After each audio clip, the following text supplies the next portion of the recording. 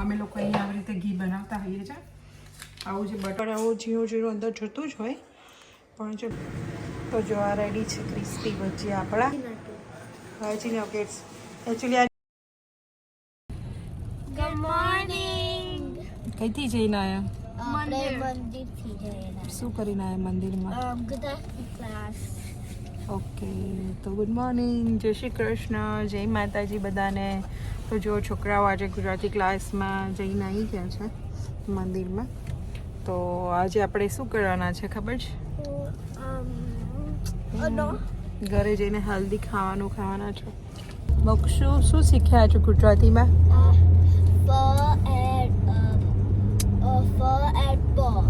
ફો એન્ડ પ. અંજના તમે શું શીખ્યા બેટા છે ગુજરાતીમાં? આપણે શીખ્યા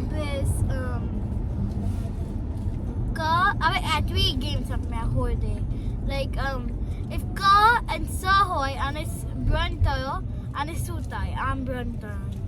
મમ્મી તો લરીનો ઉપર મૂકી આપે કાનો કાનો, હા, કાનો લર્ન કાનો લર્ન કર્યા. એક ફોરગટ થયું. હા, તો ચાલો અમે આવી ગયા છે ઘરે. તો ઘરે જઈને આપણે ફટાફટ ડિનર કરી લઈએ અને ડિનર કરીને પછી આપણે જઈશું. જો બધા પ્લાનિંગ થશે તો જશું, નહીં તો આજે આપણે બીજું કશું કરશું, ગેમ રમશું આપણે ઘરે ચાર્જર કશી ફેઝ બેસીને ગેમ રમશું. ઓકે જો ચાલો હવે ઘરે જઈ આવી ગયા છે અમે લોકો. મેં છે ને આજે ઘરે પેલું ઘી બનાવવું છે તો બટર કાઢીને રાખ્યું હતું. તો આજે અમે લોકો અહીંયા આવી રીતે ઘી બનાવતા હોઈએ છીએ. આવું જે બટર આવે ને એને ખાલી જસ્ટ બહાર રાખી જ મૂકવાનું રૂમ ટેમ્પરેચરમાં અને પછી જસ્ટ કઢાઈમાં આવી રીતે એનું ક્યુબ આવું પીલ કરી અને મૂકી દેવાનો ખાલી બસ. તો જો બસ ખાલી આવી જ રીતે એને મતલબ મૂકી અને પછી મીડિયમ ગેસે એને થવા દેવાનું અને થોડી વારે એને હલાવતું રહેવું પડે. કેમ કે પછી સમટાઈમ્સ કોઈ ફૂલ ગેસ હોય તો એ બળી જાય, રાઈટ, એકદમ લાલ થઈ જાય. તો ટ્રાય કરવાનું કે એને થોડી વારે હલાવવાનું હોય મીડિયમ ગેસે અને ત્યાં જ ઊભું રહેવાનું એટલે તમારું બળી ના જાય વધારે. તમને ઘી બની જાય એટલે તમને બતાવો તમે કેવી રીતે બનાવતા હોય છે.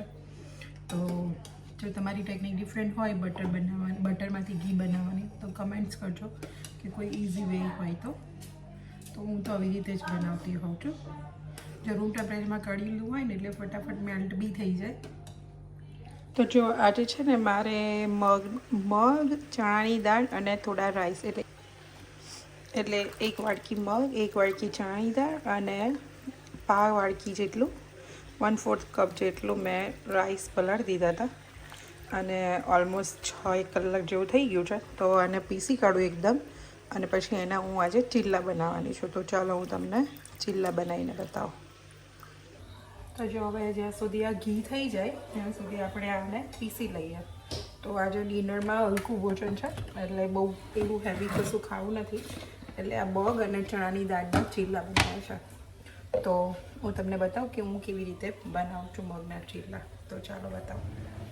પહેલાં આપણે એને તમારી જો જે બી ગ્રાઇન્ડર હોય એને લઈ લેવાનું અને એની અંદર હું અરાઉન્ડ 2 ચમચા જેટલું આ લઈ લઈશ.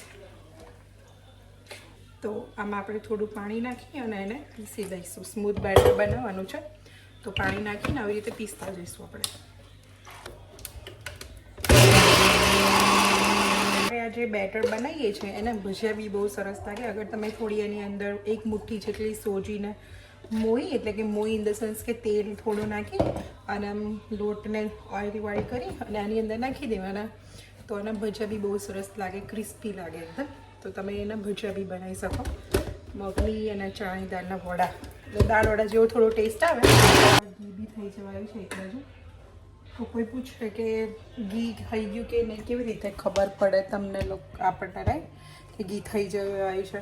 તો આપણે એની અંદર જે પેલું બગરું રહે ને, બગરું ઇન ધ સેન્સ જે પેલું લોટ જેવું જે દેખાય છે ને એ જ્યારે એકદમ ગોલ્ડન બ્રાઉન થઈ જાય એટલે બ્રાઉન કલર જેવું થઈ જાય ને એટલે ગેસ તરત જ બંધ કરી દેવાનું. કારણ કે આ પછી ગેસ બંધ કર્યા પછી બી થોડુંક વધારે ગરમ હોય એટલે પછી બહુ ઘી લાલ ના થઈ જાય એનું પણ ધ્યાન રાખવું પડે. અધરવાઇઝ છે ને ઘી લાલ થઈ જતું હોય, આપણે આપણને લાગે ગેસ મેં બંધ જ કરી દીધું છે ગેસ બંધ કરી દીધા પછી બી એ ગરમ હોય ને એટલે પછી એ લાલ થઈ જતું હોય. એટલે જેવું આપણને લાગે ને કે જેની જે અંદરની જે બગડી છે ઇન ધ સેન્સ એ થોડી રેડ જેવી થઈ ગઈ છે, બ્રાઉન જેવી, તો આપણે ગેસ બંધ કરી દેવાનો. તો ચાલ.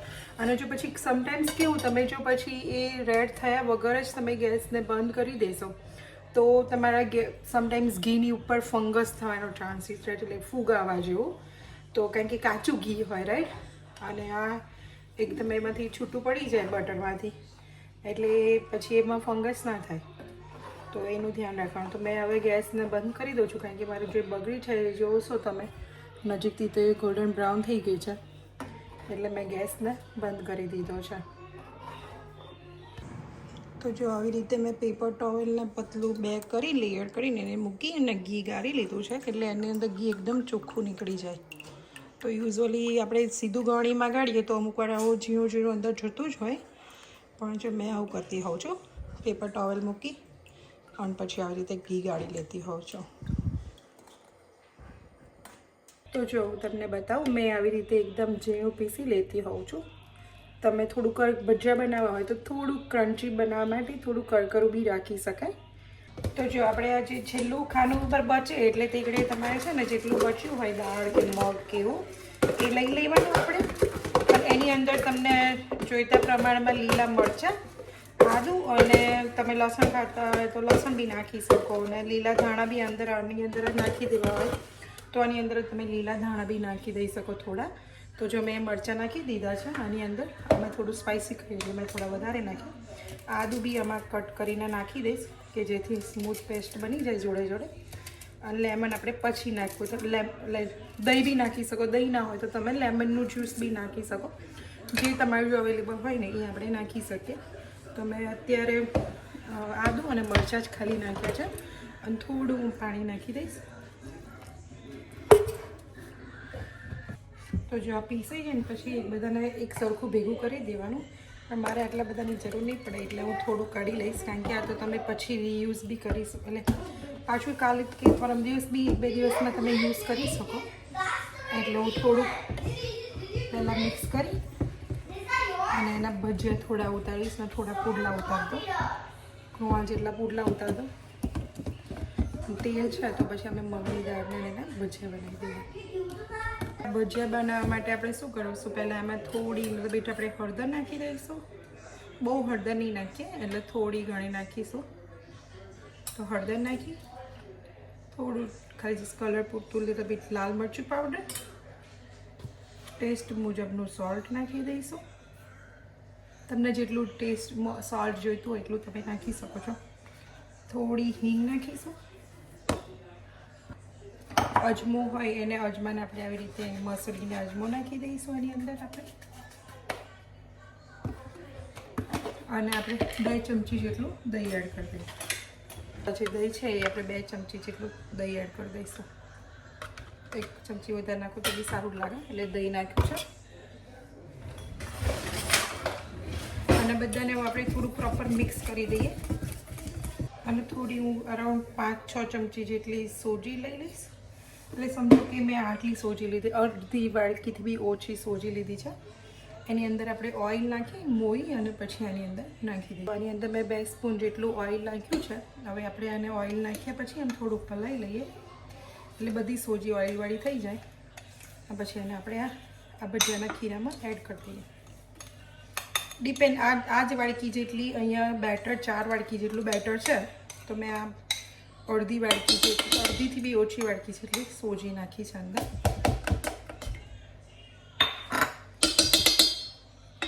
હવે આપણે આ બધા બેટરને પ્રોપર રીતે મિક્સ કરી દઈએ. આમ 5-1 મિનિટ પલળી જાય, 5-10 મિનિટ પછી આપણે ભજીયા ઉતારવાનું ચાલુ કરશું. થોડો ઈનો નાખી દઈએ, જે અડધી સ્પૂનથી બી ઓછો ઈનો નાખી દઈશું.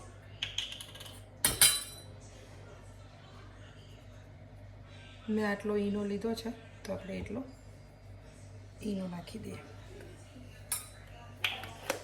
અને ઈનાની ઉપર બી થોડું જ ઘૂંટા જેટલું, 1 જ ઘૂંટડા જેટલું પાણી નાખીશું કે જેથી એ ઈનો એક્ટિવ થઈ જાય. તો જો તમે એક્ટિવ થઈ ગયો છે ઈનો, એને આપણે મિક્સ કરી દઈએ. તો પ્રોપર બધું મિક્સ થઈ ગયું છે. હવે આપણે એને ભજીયા ઉતારી લઈએ. તેલ થાય ને પછી આપણે ભજીયા ઉતારી લઈશું. એ રીતે નાના નાના ભજીયા ઉતારી લઈશું. તેલ થઈ ગયું છે એટલે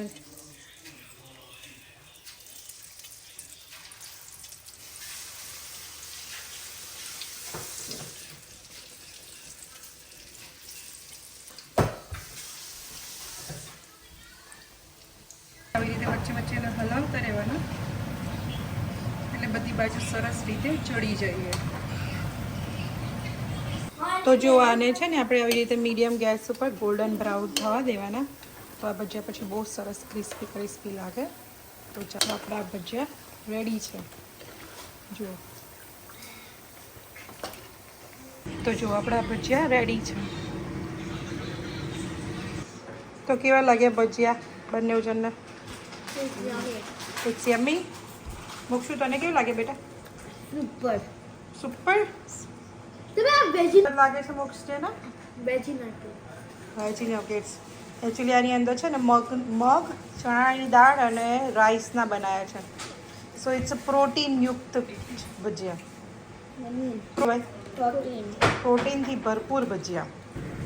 તો જો આ રેડી છે ક્રિસ્પી ભજીયા આપણા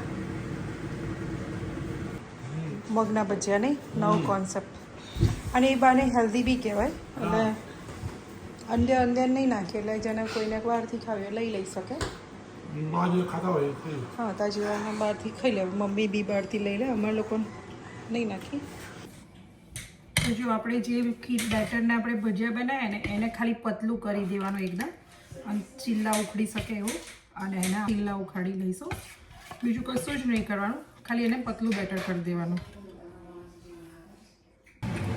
તો જો આપણે આવી રીતે ગ્રીસ કરી લેવાની પહેલાં તવીને. જે રીતે રેગ્યુલર બધા આપણે જે ચીલા નીકાળતા હોઈએ એવી જ રીતે આ ચીલાને ઉખાડવાના.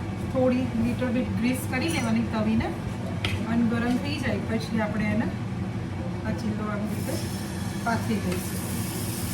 પતલા કરવાના એટલે સરસ લાગે. અને આ એકદમ પતલા હશે ને તો સરસ ક્રિસ્પી બી બનશે. તો આવી રીતે તો જો તમને લાગે કે એક બાજુ થઈ જવા આવ્યું છે એટલે આપણે બીજા રેગ્યુલર પુડલા કેવા રીતે ફ્લિપ કરી લઈએ એ રીતે એને ફ્લિપ કરી લેવાના.